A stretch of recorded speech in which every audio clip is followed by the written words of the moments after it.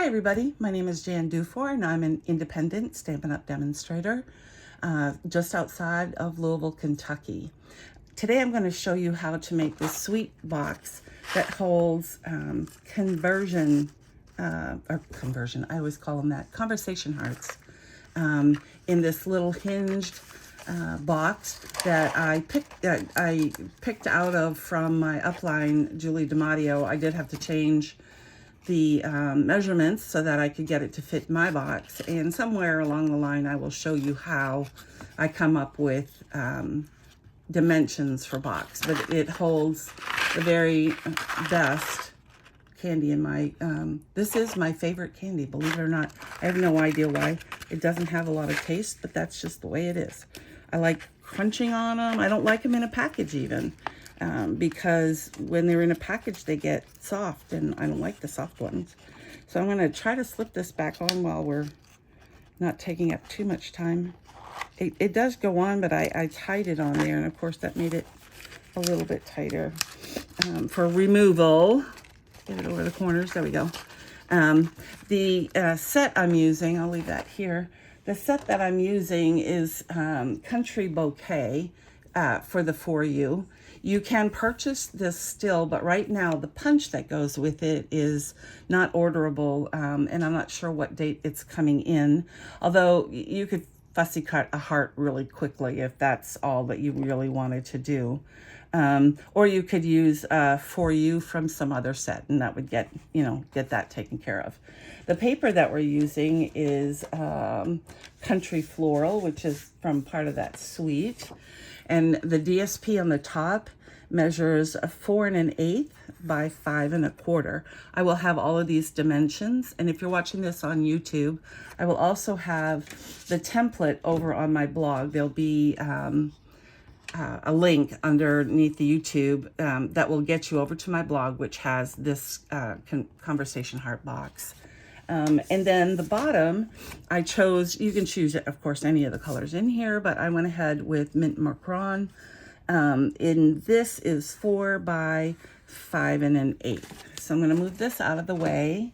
It's a real easy box to make because scoring is at 3/4 of an inch all the way around for all the pieces, top and bottom. So that makes it easy. So you just go to 3/4 of an inch, 3/4, and I'll say 3/4 until you've heard it enough time that all the edges are at 3/4. So this is the base of the box. I'm going to put that aside right now. I'm sorry that light is flashing. I'm still still trying to figure out how my lighting is working. I changed it and I'm not sure I like it. But anyway, there you have it. It also reflects off my glass bottom, so I can't use that. We're working on it. It's a work in process. So we've done 3/4 of an inch all the way around. I'm going to go ahead and get rid of this. Give me back my workspace. All right, so we're going to want to fold and burnish because it is a box particularly. We want all of that to be nice and crisp. All 4 sides, and then we're going to also do that with the base, which is a solid color of cardstock, whatever color you choose. And then here. All right, so these are the pieces. I'm going to do the base first. It's very simple. With it on the long side, it doesn't show that, this is not to scale, but on the long side you cut at each one, and truly you could do it either way. It wouldn't matter. Oops, where are my snips? It wouldn't matter which way you go, but I tend to always do it along the long side. So we're going to cut up this way and this way, and I am going to cut just a little bit out. It's called mitering, and I'm going to do it on both sides just for a little bit neater look. If you don't do this, it will still work. You might have a little edge showing up, and you can always trim those off if this makes you nervous, because there is not a size that I can tell you to miter. It's just a guess. So however you want to do it, before or after it's been glued, will work out just fine. And you'll see why you would like to have the mitering and what it does when you're folding it in. So we're taking this, we're mitering with the tabs on the inside. We should do one at a time. So I'm going to put a little bit of glue on here, fold it down, whoops, fold it down. And the reason you miter is right here, when you put these edges right up to the corner, to the edge. If you don't miter the outside corner, this little section here might stick up. If you don't miter the other side, it might crunch in the quarter. So it will still be able to be trimmed after if you choose not to do the mitering. But again, you're just bringing those edges up together and holding it for a moment. The glue gives you time to move it around. There you go. And then we're going to do the other two sides, and the bottom will be done. As you can see, it's a pretty quick project. I'm doing 2 at a time here. Sometimes that's a good thing, sometimes it's not. We'll see. We've got to line up those edges. Line up these edges. I had them a little bit tight. There we go. And then if you just want to make sure they're in there, go ahead and use your bone folder inside. You'll see a little bit of glue comes out. That's pressing the glue into the fibers, and that makes it stick better. By the time you get back to this, that'll be all dried out. So we're going to put that aside, and we're going to take this one, which has a little bit more work. If you want to look at it that way, you have to do a couple of things to it. It's still going to be a mitered box, but if you recall, one edge is slanted. So the first thing we're going to do is figure out, I'm going to go ahead and I'm going to cut my 4 straight lines at the bottom. Again, I'll show you the template. I'm talking about this, this, this, and this, and then we'll go from there. This, I don't know if it's, I don't know why, but I had a hard time seeing the edges. So I use a friction pen, which is erasable. Use whatever can be erased, whether it's a pencil or whatever. The easiest way I remember to figure out which way it goes, again, on the top it doesn't matter, but when you open the box, you kind of want your hearts not being upside down. So that means this is glued in the back. And I'm just writing, actually, I'll do it on the other side. I'm making this, oops, the back. This is going to be glued, and you're not going to see that. The other thing I'm going to do, so if this is the back, which is here, then that means we want the front to the back being angled. So this being the back means this is where the angle starts. And I am putting a dot there because, I don't know, it's the pattern. It just made it really hard for me to figure out exactly where I needed to do that.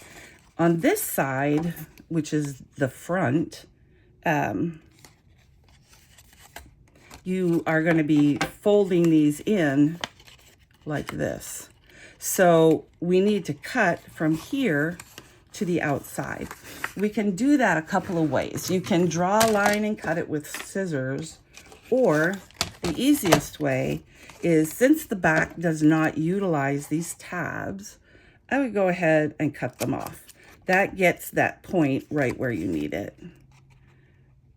And I still use the point even though we're cutting it out, because it just made it easier for me.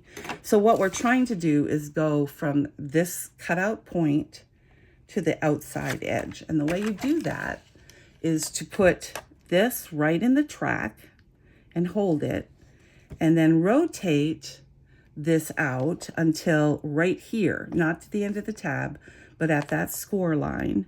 Put that right in the groove. Make sure this is still in the groove. And I kind of put this right in the area, not all the way down, because that would cause it to cut on this. And I will probably be angle cutting it, but not as much as it would have cut if I had slid this side all the way down. It would have cut out too much here. So we're going to do the same thing over here. We're going to put this right in the tract, and then right on the outside where the score mark is. Might even want to put a dot there, but I think I got it. So I'm going to bring this down and stop. You get a little feel of release when you get to this corner. And then I am going to angle cut this so that it fits inside the box. So let's get rid of some of this mess. I'm not quite done with the scissors. I think I will need to angle it more in a moment. Get this out of the way. So this end is done. This one we need to fold in to make this side of the box, and you get that angle. All right, so it's the same as the bottom.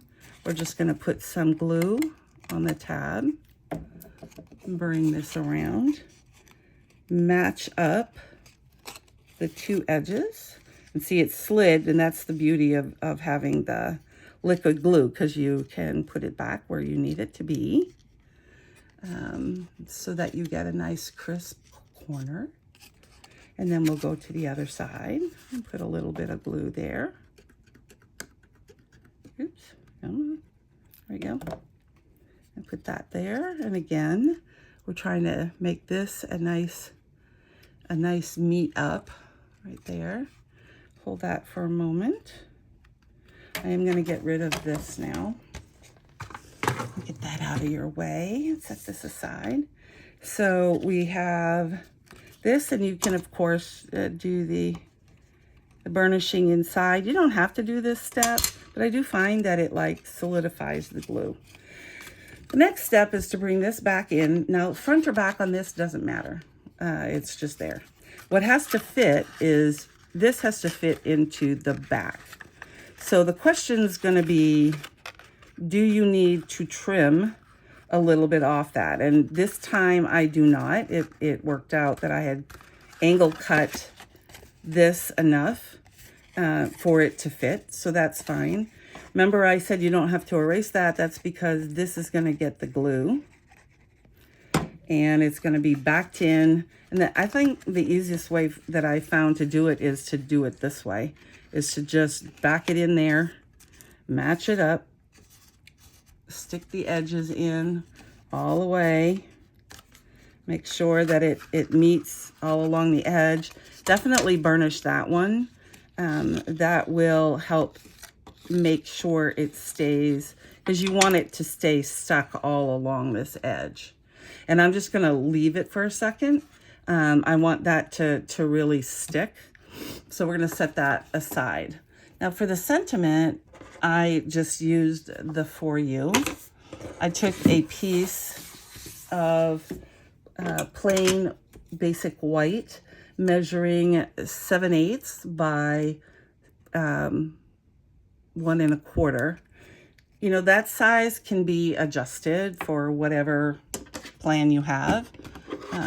I did use Sweet Sorbet, which is the color of the heart in here. You could, of course, used the Mint Macron, or you could use Blushing Bride, I think is the other one. And I'm going to go ahead. I am printing this or stamping this off to the side slightly, because I'm going to be having a bow from ribbon sticking out and folding over this section. The other thing I used was the punch Label Me Fancy. Of course, you don't have to have this punch either. You can use whatever punch you have that will make it a nice holder, if you will. The beauty of this one is there's a circle if you want to put thread in there. There's a ribbon slot, if you will. I think that's what they call it. It's not tricky, but you have to, you might make a mistake on it the first couple times or third time, or you may make a mistake at one point. If you center it between these two when you put it in there, and of course I don't want it all the way in here, so I kind of back it up. I'm looking at the outside and I'm trying to make it be fairly close to center and straight. It's a little bit off. There we go. This is going to be close enough. There you go. That's fine. We get rid of all of the pieces. The slot's going to go this way. Let me get this out of the way. So I'm going to go ahead and glue this down. And like I said, if you did this as an assembly line project, this would go, this would go really quickly because you could do a bunch of them at one time. Well, I'm trying to get this in the corner here. There we go. And of course, you know, we have to have bling, and I use my favorite bling. You would think I don't like any of the others. I do.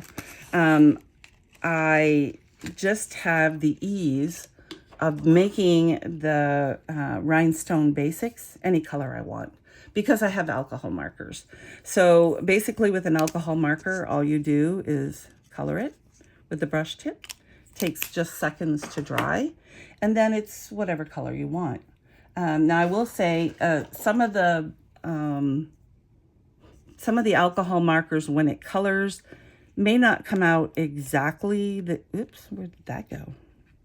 Oh my, oh, there it is. May not come out exactly the same color. I'm going to try to get underneath this and show you. It's not exactly the same color, but it is very complementary of that color. So I'm good with that. We'll put those away. It also saves on the hundreds of gems that you want to have. All right, it's time to get our little box together. I'm trying to see, I don't have another one because these are my favorite candies, so I ate it. So I'm going to use this one. Oh, goody. So this fits right in here. This fits down. I used, again, another complementary color. This, I didn't have any mint macron for ribbon, but I did have saffron. Yeah, no, soft succulent. I'm sorry, so saffron's not even the same color. So I just went ahead, and I have to do this backwards because of the way I want this to be on. Normally I would thread it on this side, and I wouldn't want that there, so I have to do it backwards. So you go ahead, thread it through, and just let it go wherever it wants to go, because it's not going to be where you want at the beginning, so we just don't worry about it. That again over there. I'm going to use my third hand, which comes in our great package of embossing accessories, which it's not strictly just for embossing, although you can certainly hold onto a very hot piece of paper while you're doing your embossing. But third hands are very, very convenient. You just put it on there, and then you can let go. And like I said, it's a little bit awkward doing it with this still tied, but you can always cut the ribbon off. It's just you save ribbon if you do it this way. Who doesn't want to save ribbon? All right, so that's going to be close. I'm going to go ahead and trim that off. Take this out. Bring this up. There we go. I'm going to scoot this over and pull that tight. It's called, my upline calls it zhuzhing. I've never heard that. That must be a Georgia thing or something. I'm not sure. There we go. I'm going to make it a little bit shorter because this is a pretty little box. But you'll see here, this is the reason I wanted it over here and off center. So there you have it. A little box, a treat box. It's very cute. That can hold your conversation hearts. This is still celebration time. It ends at the end of February 28th. So if you're interested in earning any free products, there are 2 levels of free products. There are many at once you purchase $50, you get 1 free item. And then there is a couple that are level 2 that if you purchase $100, you get a free item. I'll give you an example of one of those off the top of my head. There's 12 by 12 paper with 48 sheets of double-sided designer series paper, which is pretty awesome. So make sure if you're interested in Celebration, you head over there. When you go to my blog, there will be a link to the store directly. I'll have all my products listed, the measurement size, and the template. I hope you enjoyed this project. Please make a comment below. Subscribe to my channel. I only publish once every week on Wednesdays. Thanks so much. Bye.